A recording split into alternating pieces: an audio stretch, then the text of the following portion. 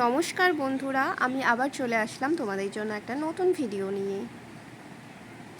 এটা পুরনো ভিডিও, আমরা যখন জলপেশ গিয়েছিলাম শ্রাবণ মাসে তখন। তোমরা দেখতেই পাচ্ছ আমরা বেরিয়ে গেছি, আর এখানে আমরা চলে এসেছি এখন সোজা তিস্তার ঘাটে। দেখতে পাচ্ছ কত লোকজনের ভিড়, আর ওই যে দূরে একটা ট্রেন যাচ্ছে, আমি একটু দেখানোর চেষ্টা করলাম, জানি না বোঝা যাচ্ছে কিনা। ভালো লাগছিল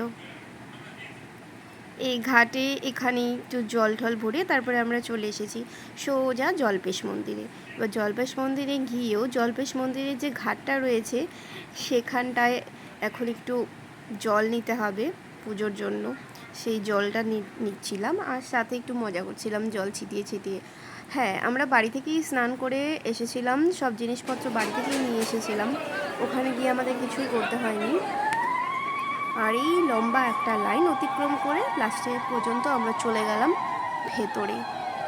এই লম্বা লাইন, সবাইকে দেখছো, সবাই কত আনন্দ পাচ্ছে বাবার দর্শন করতে এসে।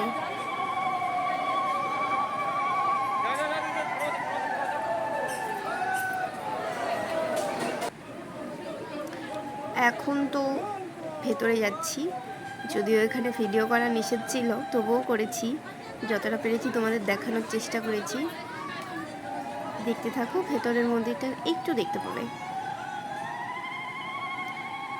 ওই যে ওখানে রয়েছে শিবলিঙ্গ, যেখানে সবাই জল ঢালে।